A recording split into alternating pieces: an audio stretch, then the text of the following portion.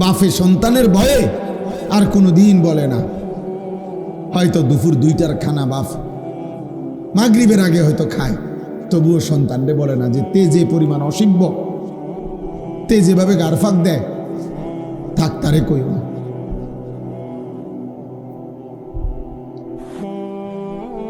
আজকে এক মা আমার মাদ্রাসার মাহফিলে কিশোরগঞ্জ থেকে, হাসেম ভাই, কিশোরগঞ্জ থেকে এক মহিলা তার ছেলেটাকে নিয়ে আসছে আমার মাদ্রাসা আইনা, আমার মাদ্রাসার উস্তাদরে দিয়া আমার কাছে ছেলেটারে পাঠাইছে। কয়া হুজুর, আমার কলিজা ছেঁড়া সন্তান, আমার সারাটা জীবনের সন্তানরা আমি ইয়া করছি, বড় করছি, সন্তান কোনোভাবেই আমার কথা শোনেন, আপনি একটু নসিহত করে দেন। তো এ কথা বলতে গিয়ে যে মহিলা কাঁদলো, চোখের পানি পড়লো, আমি শুধু ওই ছেলেটারে বলছি, রে বাপ, তোমারে আমি কোনো কথা শুনতে চাই না, আমি শুধু এতটুকু কথা বলছি। আমি বলছি ওই ছেলেরা, আমি বলছি, বাপ তোরে আমি বললাম আমার নাম মনে রাখিস, যে মায়ের চোখের পানি ফেললে এতগুলো, যদি আল্লাহর কসম যদি ফিরে না আসো, মার কথা মতো আল্লাহর নাফরমানি যদি না ছাড়ো, আমি বললাম তুই পথে পথে ভিক্ষা করবি।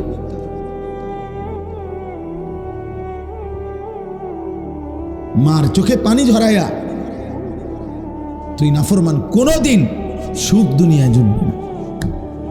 পুরা দুরা কয়েকদিন চলতে পারবা, এমন জায়গায় থমকে যাবা মায়েরা বদদোয়ায়, যেদিন আর ঘুরে দাঁড়াইতে পারতাম। কয়শো নজির লাগবে তোমার, কয় হাজার দলিল লাগবে। বাফেরে কষ্ট দিয়ে সুখে থাকবা, হ্যাঁ, মায়ের চোখে পানি জড়াইয়া সুখে থাকবা, তোমার সমবয়সী বন্ধুরা তোমারে নিরাপত্তা দিবে, হ্যাঁ, ওই শয়তানগুলা। সারাদিনে যেই বন্ধু এক ওয়াক্ত নামাজ পড়ে না, ওই বন্ধু হয়তো শয়তান। সারাদিনে মোবাইলে নারী ছাড়া, ছবি ছাড়া আর কিছু দেখে না, যে হয়তো শয়তান, হয়তো ইবলিস। ও কিসের বন্ধু আবার, ও কিসের আবার বন্ধু এটা? এর জন্য প্রিয় ছেলেরা, আমার কথা মনে রাখো আব্বা, আমি তোমাদেরই ভাই। এই গ্রামের এমন কেউ নাই যে আমারে চেনে না। বয়স্ক এমন লোক মনে হয় না কেউ আছে যা করে আমি চিনি না। আমি সবার সাথে পরিচিত মানুষ। আল্লাহর নবী সাল্লাল্লাহু আলাইহি ওয়াসাল্লাম বলছেন, বাবারাও শুনেন, ছেলেরাও শুনেন, আল্লাহর নবী বলছে, কুল্লু যুনুব ইউআখিরুল্লাহু ইলা আজালিম মুসাম্মা। হাদিসটা শোনো, নবীজি বলছে, সমস্ত গুনাহ, প্রত্যেক পাপের শাস্তি আল্লাহ চাইলে নির্দিষ্ট সময় আখিরাত পর্যন্ত, হাসরের ময়দান পর্যন্ত বিলম্ব করতে পারে, কিন্তু ইল্লা আকুল ওয়ালিদাইন, খোদার কসম নবী বলছে, তবে মা বাবার নাফরমানি ব্যতীত, মা বাবার নাফরমানি ব্যতীত।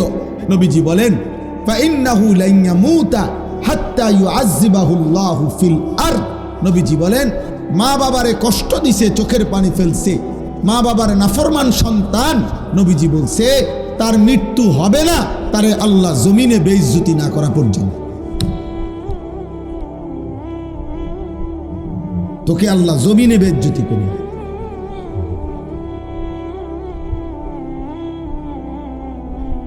হ্যাঁ,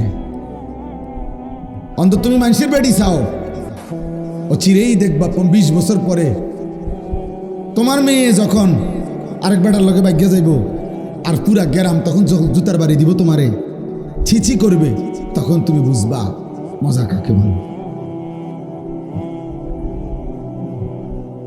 তোমার পাপের শাস্তি কোন হান দিয়া বাইর হয়, তখন টের পাবে।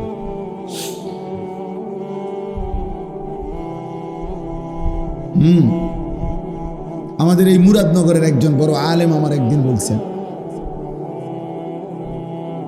মেয়ে আরেক ছেলের সাথে পলায়া গেছে, বিবাহ বন্ধনে হোক সম্পর্ক কইরা চলে গেছে।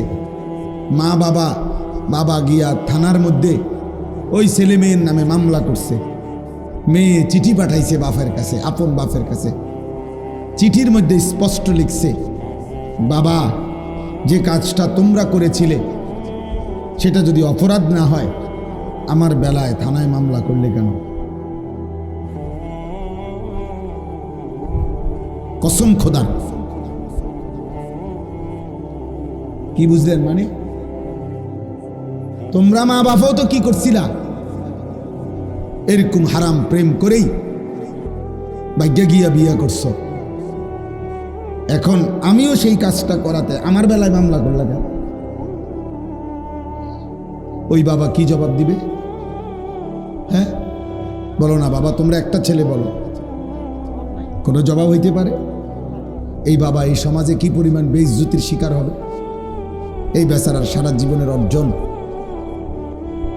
কি হবে তখন? এই জন্য বললাম আমি, মৃত্যু আমাদেরকে বরণ করতেই হবে, আমাদেরকে কিন্তু চলে যেতে হবে। আমরা স্বীকার করি বা না করি, বুঝি কিংবা না বুঝি, আমরা মরে যাব বাপ। কিশোর ভাই, যুবক ভাই, নওজওয়ান, বয়স্ক বাবা, পর্দার আড়ালের মা বোন, আমাদেরকে চলে যেতে হবে, চলে যেতে হবে। কোনোভাবেই নিকটাত্মীয় স্বজন বন্ধুরা আমাদেরকে ফেরাইতে পারবে। আমি যে আয়াত পড়ছি সূরা ওয়াকিয়া, কোরআনুল কারীমের 56 নম্বর সূরা, 27 নম্বর পারা, এই সূরার 5টা আয়াত পড়ছি আমি। মূলত এই আয়াতের মধ্যে আমি বুঝাইতেছি আপনাদেরকে, এই আয়াতের মধ্যে মূল বক্তব্য মৃত্যুকালীন একটা অবস্থা আল্লাহ তুলে ধরছেন। অবিশ্বাসী, কাফের, মুশরিক, মুনাফিক, নাফরমান, পাপীদেরকে বুঝাইবার জন্য আল্লাহ মৃত্যুকালীন, কোনো মানুষের মৃত্যুকালীন অবস্থাটা একটা চিত্র তুলে ধরে আল্লাহ তাআলা নাফরমান পাপীদেরকে বুঝাইতে চাইছে এই 5টা আয়াতে। আমি সেটাই বলে আমার কথা শেষ হবে ইনশাআল্লাহ। সূরা ওয়াকিয়া সূরাটার নাম, অনেক ফজিলতপূর্ণ কোরআন শরীফের একটা সূরা, অনেক দামি সূরা। আমাদের নবী সাল্লাল্লাহু আলাইহি সাল্লাম বলছেন, যে ব্যক্তি প্রত্যেক রাত্রে একবার এই সূরা ওয়াকিয়া পাঠ করবে, নবী ওয়াদা দিছে, মান ক্বারাআ সূরাতাল ওয়াকিয়া ফি কুল্লি লাইলাতিন লাম তুসিবহু ফাকাতুন আবাদা। নবীজি বলছে, সূরা ওয়াকিয়া যে প্রত্যেক দিন রাতে পড়বে, আল্লাহর নবী বলছে তাকে কখনোই দারিদ্রতা, অভাব স্পর্শ করবে না। এজন্য যুগ যুগ ধরে মাদ্রাসাগুলোর মধ্যে, বিশেষ করে কওমি মাদ্রাসায়, যুগ যুগ ধরে মাগরিবের পরে এই সূরা পড়া হয়। আউলিয়া বুজুর্গরা সারা পৃথিবীতে যুগ যুগ ধরে, নেককার বান্দারা মাগরিবের নামাজের পরে সূরা ওয়াকিয়া পড়ে। সূরা ওয়াকিয়া আল্লাহ নবী সাল্লাল্লাহু আলাইহি ওয়াসাল্লাম বলছেন তাকে অভাব স্পর্শ করবে। রাসূলুল্লাহ সাল্লাল্লাহু আলাইহি সাল্লামের একজন বড় সাহাবী ছিলেন হযরত আব্দুল্লাহ ইবনে মাসউদ রাদিয়াল্লাহু তাআলা আনহু, অনেক বড় সাহাবী, জলিলুল কদর সাহাবী। নবীজির সাথে খুব বেশি যারা থাকতেন, নবীজির খাস খাদেম যারা ছিল, এর মধ্যে উনি একজন।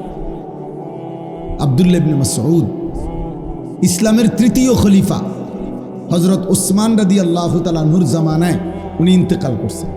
এই সাহাবী আব্দুল্লাহ ইবনে মাসউদ, তো ইন্তেকালের পূর্বে উনি অসুস্থ ছিলেন, বিছানায় শুয়ে আছেন, শেষ অবস্থা। তো হযরত উসমান, মানে খলিফা, 3য় খলিফা, উসমানের নাম শুনছেন না, উনি আসছেন এই আব্দুল্লাহ ইবনে মাসউদকে দেখার জন্য।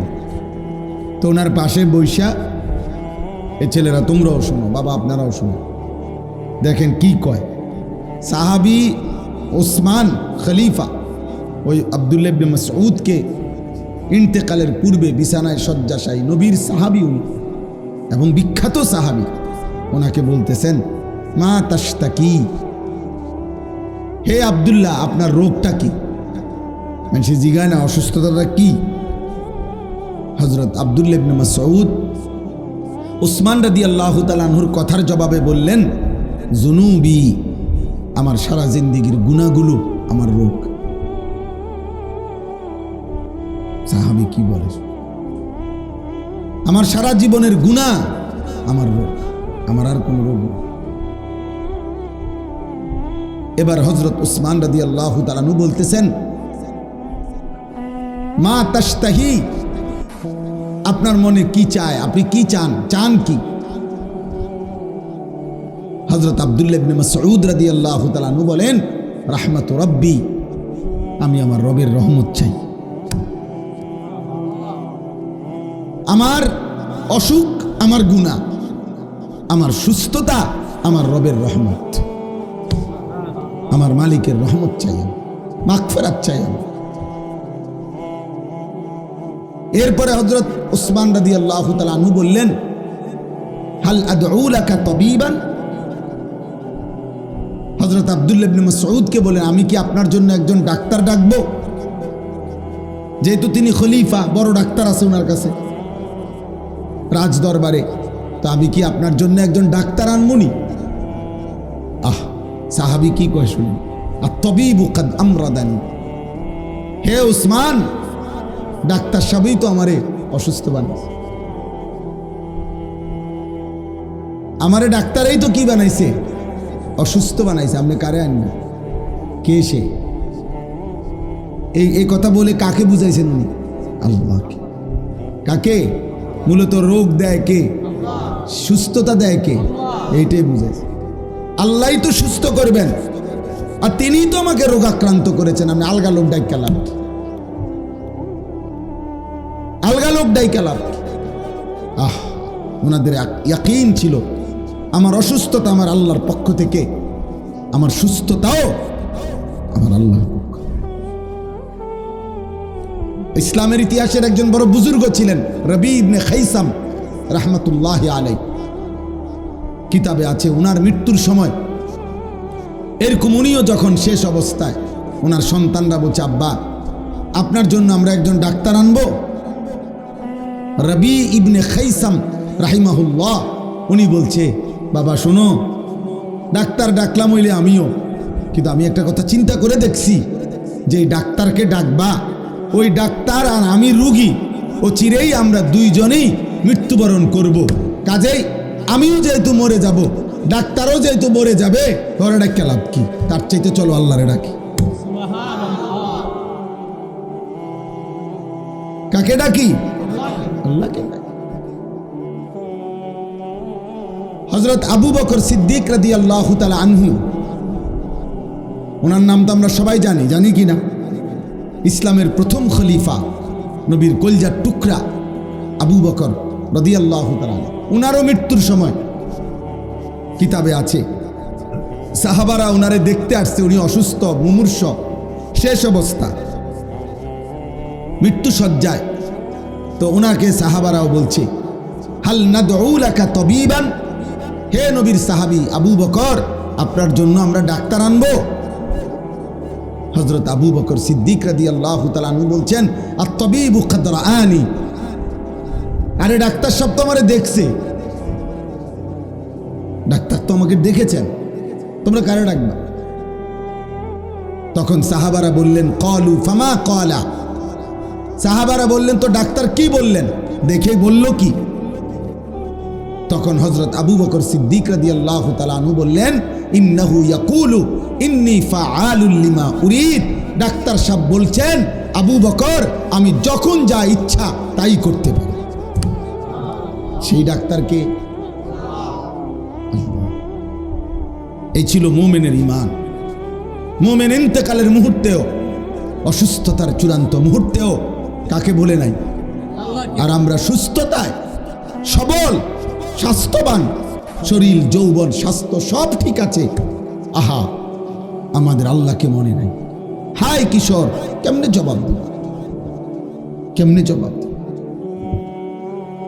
1 বছর 2 বছর 4 বছরে হয়তো এমন হয়েছে কোনোদিন কোনো রোগাক্রান্ত হও নাই, এমন সুস্থ সবল, এমন তাজা শরীরে আল্লাহকে একটা সেজদা দিলা না, 1 ওয়াক্ত নামাজও পড়লা না, 365 দিনের 1 বছরে কোনোদিন ফজরের নামাজ পড়লা না, তোমার উপরে ফজরের নামাজ ফরজ হয় নাই? আল্লাহ নবী সাল্লাল্লাহু আলাইহি ওয়াসাল্লাম বলছেন, যে ফজরের নামাজ পড়ে না সে মুনাফিক। কসম আল্লাহ। নবী বলছে সে মুনাফিক, মুনাফিক, মুনাফিক। আর আল্লাহ কোরআনে বলছে মুনাফিক তুই মনে রাখিস জাহান্নামের সবচেয়ে নিচে তোর স্থান।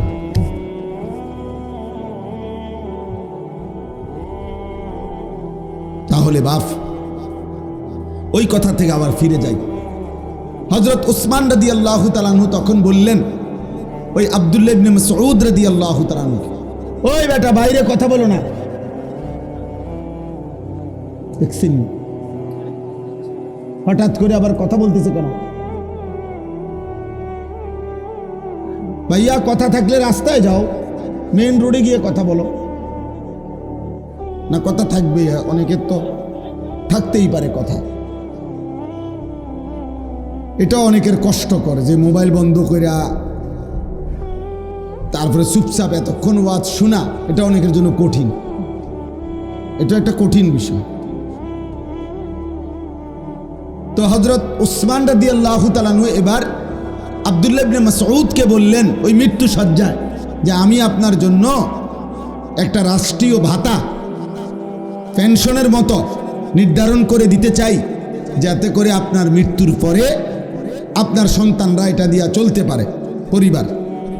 হযরত আব্দুল্লাহ ইবনে মাসউদ বললেন লা হাজাতা লি, আমার কোনো দরকার নেই, আমার এটার কোনো প্রয়োজন নাই। হযরত ওসমান বললেন আরে আপনি তো মৃত্যুবরণ করবেন, শেষ অবস্থা আপনার বুঝতেছি আমরা, আপনার জন্য তো বলছি না, আপনার বিবি বাচ্চার জন্য বরাদ্দটা নিলে আপনার বিবি বাচ্চার উপকার হবে, এই জন্য আমি চাচ্ছি দিতে। উনি যেহেতু খলিফা, হ্যাঁ, তখন এই কথাটা বলার জন্য হযরত আব্দুল্লাহ ইবনে মাসউদ বললেন হে উসমান আমিরুল মুমিনিন, আমার নবী সাল্লাল্লাহু আলাইহি সাল্লাম হায়াতে থাকাকালীন আমারে এমন একটা আমল শিখায় দিয়ে গেছে, যেই আমল আমি আমার বিবি বাচ্চা নিয়ে নিয়মিত করি, আমার ওই আমলটাই, আমার নবীর ওই ভবিষ্যৎবাণীটাই আমার জন্য যথেষ্ট। হযরত ওসমান বললেন সেটা কি? তখন তিনি এই হাদিসটা বলছে যে আল্লাহর নবী সাল্লাল্লাহু আলাইহি সাল্লাম আমাকে বলছেন যে যে ব্যক্তি প্রত্যেক রাতে একবার সূরা ওয়াকিয়া তেলাওয়াত করবে, অভাব এবং দারিদ্রতা তাকে কোনোদিন স্পর্শ করবে না। তা আমি তো নিজেও সূরা ওয়াকিয়া পড়ি, আমার বিবি বাচ্চারারও পড়াই, তাইলে আমার সংসারে অভাব আসবে না, সেটা আমার নবী বলে গেছে। তোমার সরকারি বরাদ্দ আমার লাগবে, তোমার রাষ্ট্রীয় বরাদ্দ আমার লাগবে। এই হলো মুমিনের ঈমান। মুমিনের ঈমান। নবী সাল্লাল্লাহু আলাইহি সাল্লাম বলছেন লাউ তাওয়াক্কালতুম আলাল্লাহ হাক্কা তাওয়াক্কুলি লা রাযাকাকুম কামা ইয়ারযুকুত তাইর তাগদু খিমাসান ওয়া তারুহু বিতানা। নবীজি বলেন আমার উম্মত যদি তোমরা আল্লাহর উপরে পুরো ভরসা করতে, একটা পাখিকে আল্লাহ যেভাবে খাওয়ায়, চড়ুই পাখি, সামান্য পাখিকে আল্লাহ তোমাদেরকে ওইভাবে রিজিক দিতেন। নবী উদাহরণ দিয়ে বুঝাইছেন যেমন একটা ছোট্ট পাখি ভোরবেলায় খালি পেটে আল্লাহর উপরে ভরসা করে ঘর থেকে বের হয়, তার কোনো নির্ধারিত অফিস নাই, চাকরি নাই, ব্যবসা নাই, খ্যাত নাই, কিচ্ছু নাই, কিন্তু সন্ধ্যাবেলা সে ভরা পেটে তৃপ্ত হয়েই ঘরে ফিরে আসে। আল্লাহ তাকে ঠিকই রিজিক দিয়ে দেয়।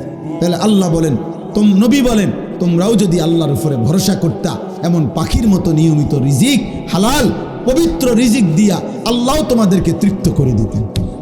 কিন্তু হারাম করে এটা বুঝে না, সুদ করে এটা বোঝে না। সুদ করে আল্লাহরে ডাইরেক্ট বলে আল্লাহ আমনে ফাটতেন না, আমনে কুলাইতে পারতেন না, আমনের কত কাম, আমনের লোকের অভাব আর নাই, আমনের ঝামেলা অনেক, আমার সুদ আমিই নেই, আমার অভাব আমি দূর করবো। এই জন্য হারাম খোর, কিস্তিখোর, সুদখোর সরাসরি আল্লাহর সাথে বিদ্রোহ করে, আল্লাহরে বুড়া আঙ্গুল দেখায়। আল্লাহ বলছে বান্দা এমন ঘাড় আমি মটকায় ফেলবো না, ফরমান মনে রাখিস। তোর মতো হারাম খোর ঠিক আছে, কয়েকদিনের ভাত খা, দুনিয়া কয়দিন ভোগ কর। সুদখোর, ঘুষখোর, কিস্তিখোর কয়েকদিনের দুনিয়া ভোগ করো, বেশি দিন লাগবে না। এমন দুনিয়া নাফরমানরেও খাওয়াই, কাফের বেঈমানকেও খাওয়াই, নাস্তিক মুরতাদকেও আমি দুনিয়া খাওয়াই, আমি জন্তু জানোয়ারকেও, আমি জঙ্গলের বাঘ ভাল্লুককেও খাওয়াই, রাস্তার কুকুর বিড়ালকেও আমি খাওয়াই। কিন্তু আমি আল্লাহ মৃত্যুবরণ যেদিন করবা চোখ যেদিন বন্ধ হবে সেদিন থেকে অনন্তকালের আখিরাত পর্যন্ত আর কোনো দিন এক ঢোক পানীয় পান করতে দেব না, এক লোকমা খাবারও আর দেব না। মনে রাখুন, আপনি এখনই খেয়ে নাও। ওয়াদারনি ওয়াল মুকাদ্দিবিনা উলিন না'মাতি ওয়ামাহিলহুম কালিলা। এই যে সরাসরি কোরআনের আয়াত। আল্লাহ বলেন, অবিশ্বাসী, মিথ্যাবাদী, নাফরমান পাপীদেরকে অল্প কয়েকদিনের দুনিয়ায় সুযোগ দাও, অল্প কয়েকদিনের জন্য সুযোগ দাও। আল্লাহ বলেন, দুনিয়া অল্প কয়েকদিন ভোগ করতে দাও, অল্প কয়েকদিনের ভাত মাছ রুটি গোশত খাইতে দাও। আল্লাহ বলেন, ছেড়ে দাও ওয়াদারনি, সুদখোরকে ছেড়ে দাও, ঘুষখোরকে ছেড়ে দাও, দুনিয়া কিস্তিখোরকে দুনিয়া ছেড়ে দাও, বেবিচারী হারামখোর নেশাখোরকে দুনিয়া ছেড়ে দাও। আল্লাহ বলেন, ইন্না লাদাইনা আনকালাম ওয়া জাহিমা, আখিরাতে আমি রব্বুল আলামিন রেডি রাখছি জাহান্নামের আগুনের শিকল আর জাহান্নামের ধাউ ধাউ আগুন আমি ওর জন্য রেডি করে রাখছি। একটু সুযোগ দাও, একটু সুযোগ দাও, দুনিয়া কয়টা দিন খেতে দাও। ওই জন্য বুঝতো আমরা বোকা না, নামাজিরা বোকা না। হালাল উপার্জনকারী বেচারা, বেচারার বেতন হুদা ৬,০০০, ইমাম সাহেব ৯,০০০ টাকা বেতন, অথচ বেটাও জোয়ান। বেটায় বুঝে না সিএনজি চালাইলে এতে ভালো ইনকাম। সিএনজি চালাইতে কি ঢাকা ইউনিভার্সিটির থেকে ডিগ্রি আনতে হবে নাকি? কথা বলে না। সিএনজি অটো চালাইতে হলে কুমিল্লা ভিক্টোরিয়া কলেজ থেকে মাস্টার্স পাস করতে হবে। তো এটা না বুঝার কি আছে? কথা বলে না। এটা ইমাম সাহেব বোঝে না, এটা ইমানদার বোঝে না। তো ১ লাখ টাকা কোনো রকমে মিলাইয়া সুদে লাগাইলে, হ্যাঁ, এটার থেকে যে ১০,০০০ টাকা আইব এটা বুঝে না। এটা না বুঝার কি আছে? কথা বলে না।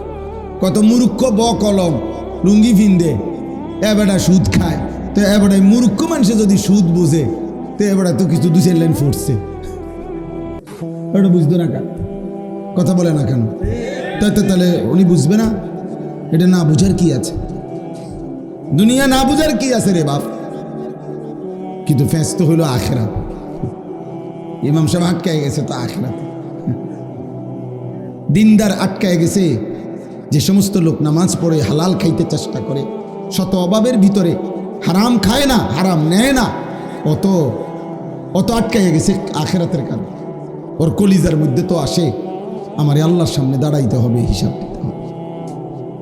হযরত ওমর রাদিয়াল্লাহু তাআলা একবার তৃষ্ণার্ত অবস্থায় এক রাখাল ছেলেকে বলছিল যে, হে রাখাল, একটা দুধওয়ালা বকরির একটু দুধ আমারে পান করাও।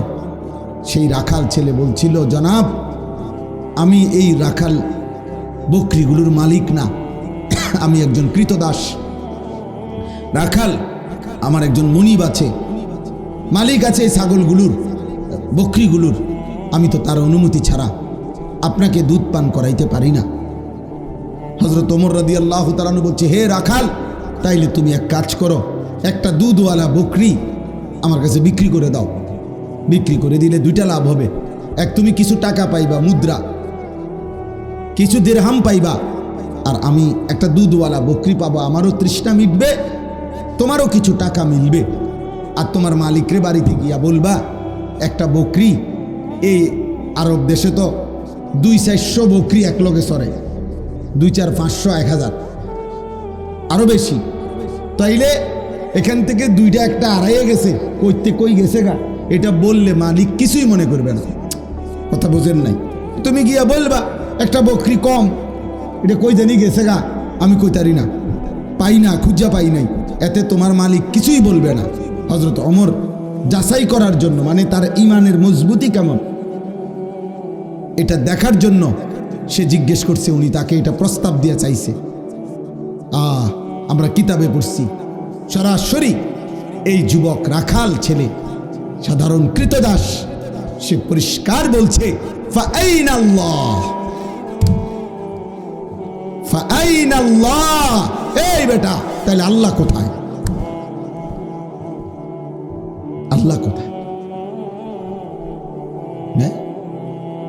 ওমা তাকুনু ফি শানিন ওমা তাতলু মিনহু মিন কুরআনিন ওয়ালা তা'মালুনা মিন আমালিন ইল্লা কুন্না আলাইকুম শুহুদান ইদ তুফিদুনা ফীহ। রব্বুল আলামিন বলে, বান্দা তুমি যে অবস্থায় থাকো না কেন, আমার কোরআন থেকে তুমি যেটুকুই পড়ো না কেন, আর যখন যেই আমলই করো না কেন, যখনই তা করতে থাকো আমি আল্লাহ তোমার সামনেই থাকি। খোদার কসম, এটা কোরআনের আয়াত, সূরা ইউনূসের আয়াত। ইল্লা কুন্না আলাইকুম শুহুদান, আল্লাহ বলে বান্দা যখন সেজদা দাও আমি সামনেই থাকি, যখন নেশার আড্ডা জুয়ার আড্ডায় থাকো আমি আল্লাহ তখনও সামনেই থাকি। আমি তো সামনেই আছি, আমারে ফাঁকি দিবা কেমনে? ওয়া না'লামু মা তুওয়াসওয়িসু বিহি নাফসু, অন্তরের গভীরে যেই কথাগুলো তোমার লুকায়িত আছে আমি তো তাও জানি। আলা ইয়ালামু মান খালাক, আল্লাহ বলে ভাবো তো বান্দা, যিনি সৃষ্টি করেছেন তিনি বুঝি জানবেন না তার সৃষ্টি কখন কি করে? কেমনে ভাবলা আমি জানবো না? আমি জানবো না কেন? আমি তো বানাইছি, বানাইছে কে? তো তিনি জানবে না? কোম্পানি কইতারে না কোম্পানির মালের উৎপাদন কোন দিন, কোম্পানির মালের গুণাগুণ কি, এটা কোম্পানি কইতারে না, কথা বলে না তো। এজন্য বাপ, এবার এই শেষ কথা হলো, এই আয়াতের মধ্যে আল্লাহ বুঝাইতে চাচ্ছেন। এবার আমরা এই শেষ কথাটা বুঝি। মক্কার কুরাইশরা, কাফেররা প্রতিনিয়ত তারা দুইটা কথা বলতো নবীজিকে। এক বলতো, মুহাম্মদ আমার শরীর, আমার জীবন, আমার ইচ্ছা, আমার স্বাধীনতা, সব কিছুর মালিক আমি। শরীর আমার, স্বাস্থ্য আমার, জীবন আমার, যৌবন আমার, টাকা আমার, বাড়ি আমার, সম্পদ আমার, সব আমার। আমার যেটা যখন মন চা আমি তাই করব। এখানে আল্লাহ কি, আবার ওনার বিধান কি? এটি কি তাকো বুঝা কথা? হ্যাঁ, আমার ইচ্ছা আমি যখন যা করব, তোমায় কি এনে? দুই, মক্কার কাফেররা নবীজিকে বলতো, মুহাম্মদ এই কবর থেকে নিয়ে তুমি যা কও এটি সব দিয়ে একটা হইতো না। কবর, হাসর, মিজান, ফুলসেরাত, বিচার হাসার, আমল নামা, ইডি হুদা কথা এটি হইতো না। কি কও তুমি করতে পাইব? 500 বছর আগের কবর, এখন সেখানে কবরের চিহ্নও নাই। ওইখানকার মাটি হয়তো কত হাজার মাইল দূরে চলে গেছে, হালাইয়া দিছে। কোনাকার বাতাস, কোনকার মাটি বালু কোনানে উড়াইয়া নিয়ে গেছে। কার হাড্ডি, কার গোস্ত, কার চামড়া কই গেছে, কই না গেছে, সারা পৃথিবীতে ছড়ায় ছিটাইয়া গেছে। তুমি কি কও এটি করতে আনবো টোহাই?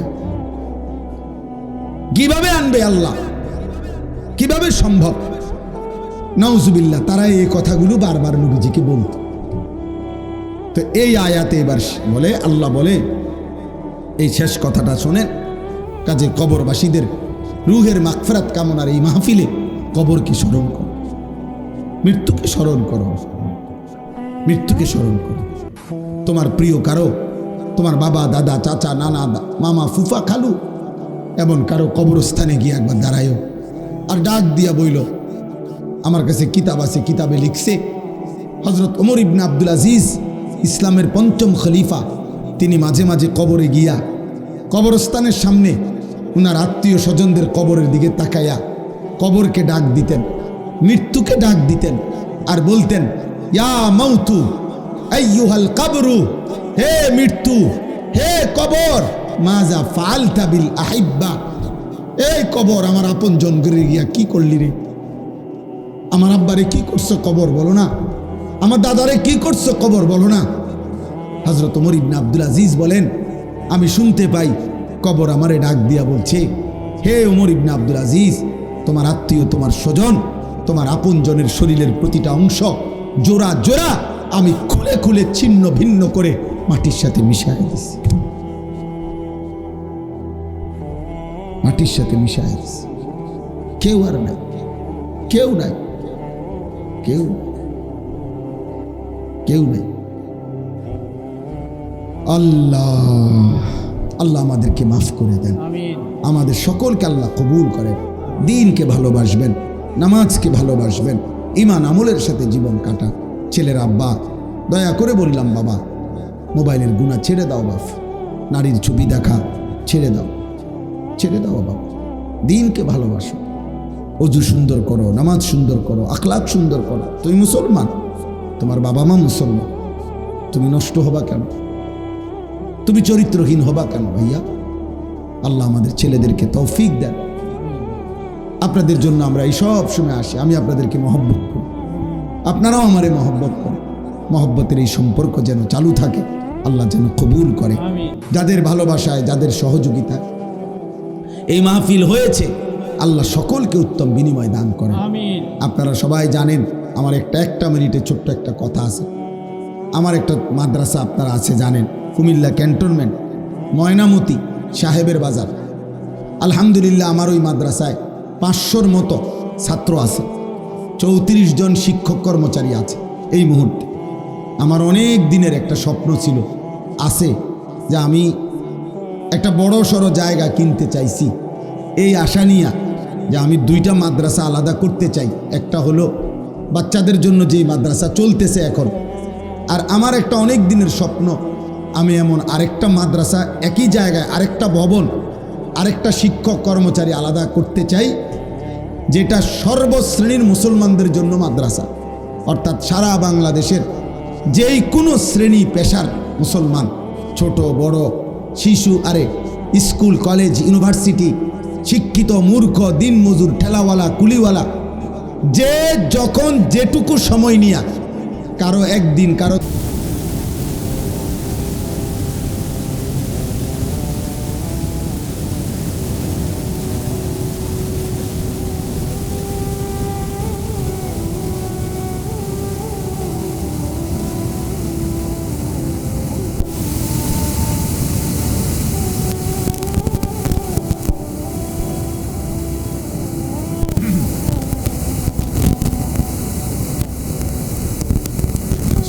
আজকে আমার মাদ্রাসার মাসিক প্রতি মাসের 2য় শনিবার আমার নিজের মাদ্রাসায় মাসিক মাহফিল, সকাল 10টা থেকে 1টা পর্যন্ত মহিলাদের জন্য বয়ান, আসর থেকে এশা পর্যন্ত পুরুষদের জন্য বয়ান। ফলে আমি একদম সেই সকাল 11টা থেকে এই পর্যন্ত ব্যস্ত। পুরাটা সময় অনেক মানুষ আসছে দেখা করতে, মাহফিল, নিজেদের বয়ান করতেছে প্রায় 1.5-2 ঘন্টা। আমার এই মাহফিলের কথাবার্তা বলার জন্য বিভিন্ন কাজ। সর্বশেষ রওনা দেব ঠিক এই টাইমে আমার শায়েখ আল্লামা মুফতি মুশতাকুর নবী কাসিম হুজুরের মাহফিল আমাদের মাদ্রাসা থেকে 4-5 কিলো দূরে। হুজুরও আসছে, আমি বের হবে আবার হুজুরের জন্য বসছি 40 মিনিট। মাদ্রাসার অনেক আয়োজন, মাদ্রাসায় বিরিয়ানির আয়োজন আছে, খানার আয়োজন আছে। গাড়ি অর্ধেক আসার পরে আমি শিখে দিয়েছি কাজ পরে বললাম যে আমি হুজুরে আমি অনেক ফল অনেক কিছু করি, আমি কিছুই খাইতে আমার মনে হয় না, বিরিয়ানিও খাই নাই 2 লক্ষ, কিছুই মানে এখানে কখন আমি ওই তাড়াহুড়া আছি তার সঙ্গে ছিল। আলহামদুলিল্লাহ আসার সুযোগ হয়েছে। মূলত জুয়েল ও আসলে বেশি পরিমাণ অনেকবার সেই সমস্যা অনেকবারই, যার কারণে এছাড়া নওজোয়ান ছেলেরা আসলে আমি বলতে পারছিলাম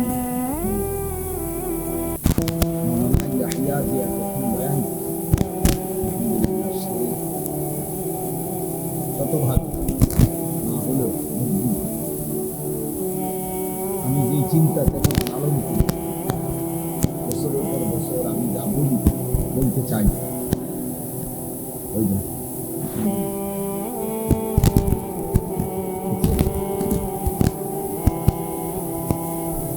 এটা এমনি ধরলে কেন? বন্ধ করো, এটা বন্ধ করো। বন্ধ করো, পকেটে লও। লও বেটা, পকেটে লও। মা আমার পিছনে তাকায় দেখো তো তারা বসছে। দেখো তোমার পিছনে কে দেখো। ওঠো এমনি।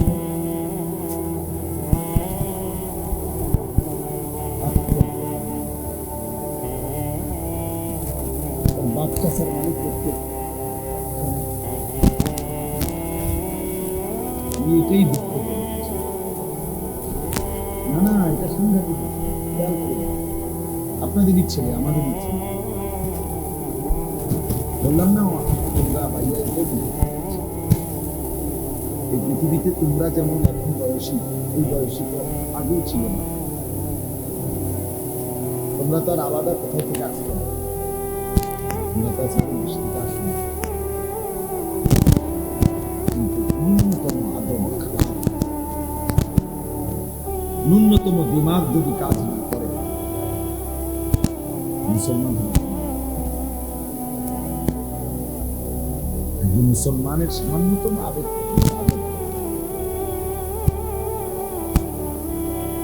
এটাই আমি বলতে চাই সবসময়। আমার মৌলানা বলতেছিল যে মৌলানা ইয়াহিয়া ও আমার এই চিন্তা চেতনার সবচেয়ে প্রধান আমার এক বিষয় সবসময় লালন করে এই কথা চিন্তা। এই সমাজে খুব দ্রুত গতি, আমরা এটা বুঝাইতে চাই, খুব দ্রুত গতিতে স্রোতের মতো কিশোর যুবক ছেলেরা তোমরা অশ্লীলতা, বেহায়াপনা, অসভ্যতা, নোংরাম, মানে নিজেদের বরবাদির দিকে ছুটতে। এটা শুধু পায়ে হাঁটার গতি, স্রোতের গতি, স্রোতের গতি। কক্সবাজার সমুদ্র সৈকত অনেক সময় বিপদ সীমার একটু দূরে চলে গেল স্রোতের ওই লোকটা অহরহ এমন শেষ পর্যন্ত ইউনিভার্সিটি পড়ুয়া ছাত্র এমন অনেক হয়েছে। কিছুদিন আগে ডুবে গেছে আর খুঁজে পায় স্রোতে টেনে নিয়ে। এজন্য গুনাহ সব কুলেই মানুষ করছে, অপরাধ সব কালেই মানুষের মধ্যে ছিল। তোমরা যা করতেছো তা ধারাবাহিক, এই ভোর ঘুম থেকে উঠে রাত 11টা পর্যন্ত, 12টা 1টা পর্যন্ত তোমার সাথে তোমার মা বাবা, আত্মীয় স্বজন, বংশ, আল্লাহ, রাসূল, নবী, কোরআন, কিতাব, ওযু, নামাজ, পাক না পাক, হালাল হারাম কোনো ধার ধারণা একেবারেই মুক্ত স্বাধীন নিজের মতো চলতেছে। এই স্রোত বললাম একদিন এমন পিছলা খাইবা আর সুগার হয়ে, একদিন এমন হতাশায় ভুগবা এমন ধুতে ধুতে খান।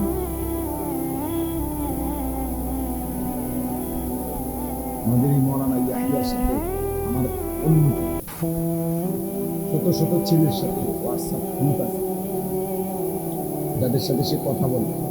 আমি দায়িত্ব নিয়েছি, একসাথে কমপক্ষে 300-র উপরে বেশি ছেলে আছে, তার কথা বলে সে হালাত, ছেলেদের সাথে ভালো মন্দ, তাদের চলাফেরা, চাল চরিত্র। তো তোমারে যদি শুনাই ক্লাস 9-এর ছাত্র কি কর,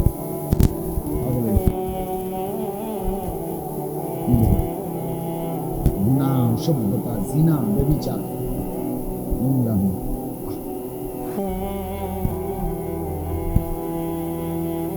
তোমার কাছে তো ভাইয়া বলবেন, তোমার সমবয়সী হয়তো তোমার সাথেই চলে ফিরে, কিন্তু তার যে জীবন সব শেষ, যৌবন সব শেষ, যৌবনের ক্ষমতাও সব শেষ, যেটা তুমি বুঝতাম, তুমি জানতাম। গুনাহ, নারী, ছবি, অশ্লীলতা, বেহায়াপনা, আল্লাহর কসম, আখিরাতের ক্ষতি তো পরেই আছে। দুনিয়াতেও একটা মানুষকে অকর্মণ্য, ধ্বজভঙ্গ, একটা অপদার্থ মানুষ বানায়। তোমরা যদি একটা বিবেকবান ছেলে হও, তুমি বর্তমান সময়টা প্রতিদিন একদিনের কমপক্ষে 10টা চ্যানেলের খবরের দিকে দেখো, খবরে কি হয় দেখবা চারিদিকে পারিবারিক অশান্তি, পরকীয়া, পুরুষ অন্য মহিলার লগে, মহিলা অন্য পুরুষের লগে, ছেলে মেয়ে, মানে অর্থাৎ সর্বত্র মানুষের জীবনটা দুর্বিষহ। কেউ মনে হয় যেন তৃপ্তি পাচ্ছে না, অতৃপ্ত।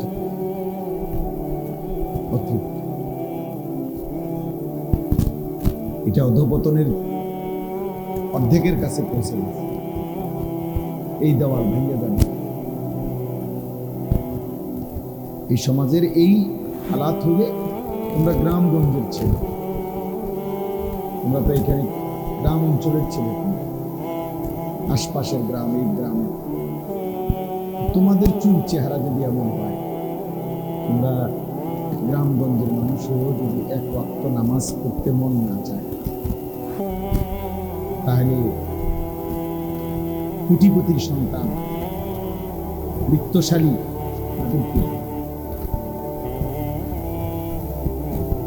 তাদের হালাত। অথচ অনেকের বাবা আছে অল্প আয়ের মানুষ, কষ্ট করে উপার্জন করে নিজে না খাইয়া, নিজের হয়তো একটা গেঞ্জি, একটা লুঙ্গি, কিন্তু সন্তানের জন্য সব উজাড় করে দেয়। কিন্তু তোমরা যা করতেছ এর বিনিময় আজ হোক কাল হোক অস্থায়িত হবে। তোমার আব্বা তোমার সমবয়সী, কাজে স্বাভাবিক হিসাব হলো হতে পারে, স্বাভাবিক হিসাবে তোমার আব্বা তোমার আগে খবরে চলে, কিন্তু তোমার কপাল নিয়ে তুমি থাকতে। অভাব, দারিদ্রতা, দুর্ভিক্ষ সারা পৃথিবীতে ধেয়ে আসে। গতকালকেও আমি শুক্রবার, গতকালকে আমেরিকার একজন আমেরিকায় প্রবাসী, আমাদের গুরুত্বপূর্ণ শিক্ষিত একজন ব্যক্তি, ওনার সাথে কথা বলছি। এই মুহূর্তে এক ভরি স্বর্ণের দাম 2,09,000 টাকা। ব্যাপারটা কি? হ্যাঁ, ব্যাপারটা কি? আশ্চর্য রকম, মানে এক ভরি স্বর্ণের দাম 2,09,000 টাকা।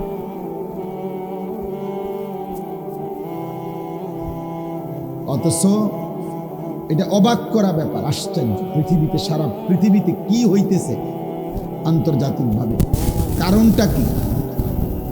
স্বর্ণের দাম এরকম আকাশচুম্বী হয়ে গেল। একটা উদাহরণ দিলাম আমি, দোস্ত। কৃত্রিম অভাব, কৃত্রিম সংকট,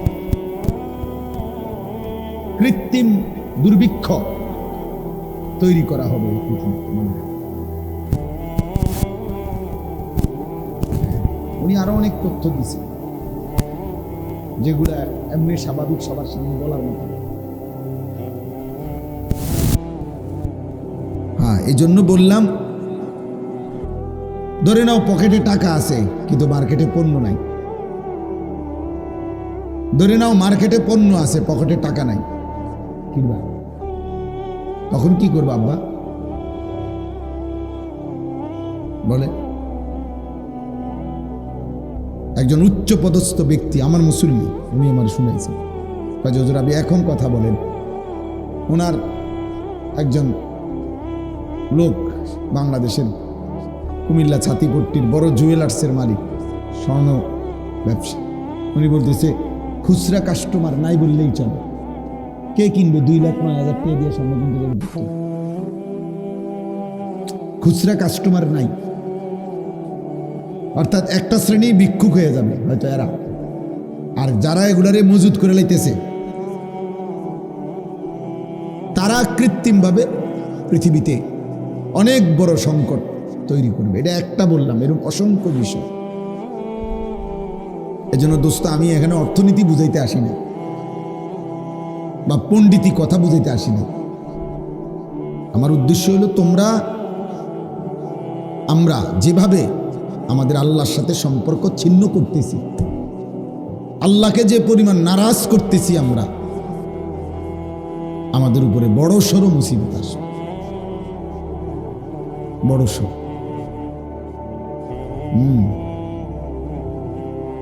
যেদিন একটা রুটির জন্য মাইলের পর মাইল হাঁটতে হবে, সেদিন আর চুলের ফ্যাশন থাকবে না।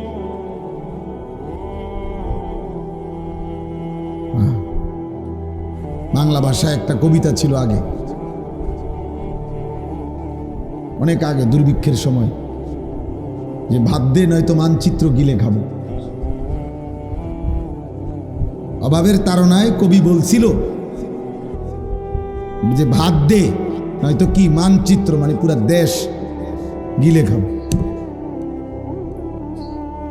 এটা, এই ছবিটা তো আছে এখনো, আমরা তো ছোটবেলায় পড়ছি।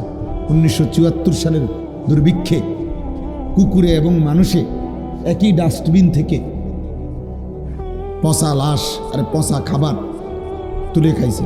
শিল্পাচার্য জয়নুল আবেদিনের মনে আছে এই ছবি? আমরা ছোটবেলায় স্কুলে পড়ছি না, প্রাইমারি স্কুলে, আমিও তো পড়ছি। 74-এর মনন্তর, 74-এর দুর্ভিক্ষ, এতে এই কয়দিন আগে। 74 সাল তো এই মধ্যে, এখনো 50 বছর হয়নি, বা একবার মুখোমুখি 51 বছর। এজন্য বাবা আমি বললাম, প্রিয় ভাই, এত অসভ্যতা, এত চরিত্রহীনতা একজন সুস্থ স্বাভাবিক মুসলমান করতে পারে। তোমাদের চেহারা দেখলেই বোঝা যায় বাপ, সারা দিনে মোবাইল ছাড়া, নারী ছাড়া, ছবি ছাড়া, উলঙ্গপনা ছাড়া আর যে কোনো কাজ নাই তোমাদের হাতে, এটা চেহারা দেখলেই বোঝা যায়। তোমাদের অসংখ্য ছেলের চেহারা দেখতেই বোঝা যায় গত 6 মাসে না, গত 2-4 বছরে কোনোদিন 5 ওয়াক্ত প্রতিদিন নামাজ পড়ছো কিনা তার কোনো চিহ্ন তোমাদের চেহারায়। কি খবর বাপ, এত নষ্ট হয়ে গেল কেন?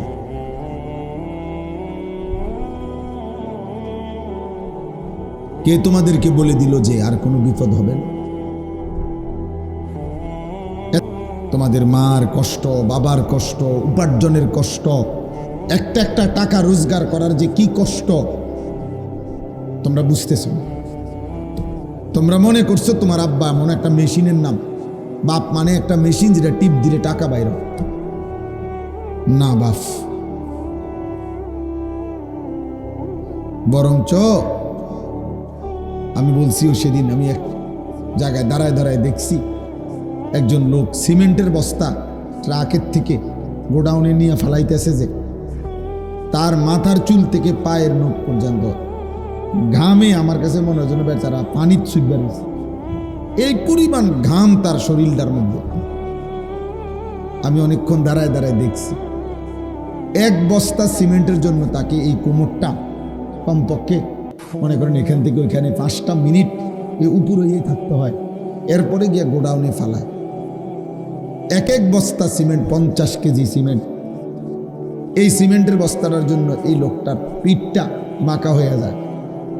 প্রতিবার বস্তাটা ফালাইয়া সে ছোট একটা গামছা দিয়া কপালের ঘামগুলো একবার বসে, আবার আরেকটা বস্তা লেগে যায়। এইভাবে প্রত্যেক বস্তা সিমেন্ট ট্রাকের থেকে গোডাউনে থুইলে 60 টাকা, 8 টাকা, সর্বোচ্চ যদি 10 টাকা হয়। 10 টাকা নাই সব জায়গায়, আমি জিগাইছি। তাহলে 50 বস্তা যদি সিমেন্ট নামাইয়া থাকে বেচারা, 50 বার তার কোমরটা বাঁকা হয়ে গেছে। আমার ডাক্তার, আমার এই যে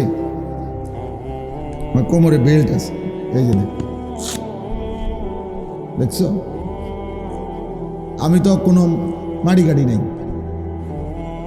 আমি কোনো সিমেন্টের বস্তাও টানি না। আমারে শুধু এই বৈশা থাকি, মাহফিলে বসতে বসতে আমার কোমরের ব্যথার কারণে আমার ডাক্তার বলছে এটা বেল্ট বাইন্ধা রাখতে, নাই তো আমার কষ্ট হয়। এবং বলছে যে আপনি উপর হইয়া একটু ঝুইকাও, একটা পয়সাও মানে একটা কাগজ উঠাবেন না। ডাক্তার সাহেব বলছেন সোজা বসবেন, সোজা দাঁড়াবেন। খাটের থেকে শোয়ার সময় উঠা, যখন খাটের থেকে বসবেন, ঘুমের থেকে উঠবেন, হচ্ছে দুনো হাতে ভর দিয়া তারপরে বসবেন। অথচ আমার ব্যথাটা সামান্য, আমি তো এত বেশি কোমর বাঁকা করি নাই। তাহলে ভাইয়া ওই বেচারা এত কষ্ট করে 500টা টাকা মিলাইয়া সারাদিনে, সেখান থেকে তোমারে 200 টাকা দিছিল। তুমি সন্তান, তোমার হয়তো পড়ালেখার কথা বলছো, তোমার হয়তো প্রয়োজনে বলছো, এই জন্য আব্বাই তোমারে এর থেকে 200টা টাকা দিছে। সেই টাকা দিয়া তুমি জানোয়ারে মোবাইলে MB ঢুকাইয়া উলঙ্গ ছবি দেখো। তোমার মতো নিকৃষ্ট জানোয়ার আর কোনো মানুষের বাচ্চা হতে পারে?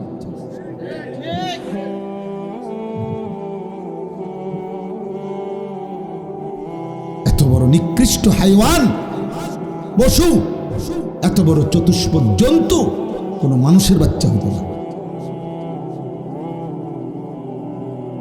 করলিটা কি বেটা? তোর বাবার কি পরিমাণ ঘাম ঝরছে?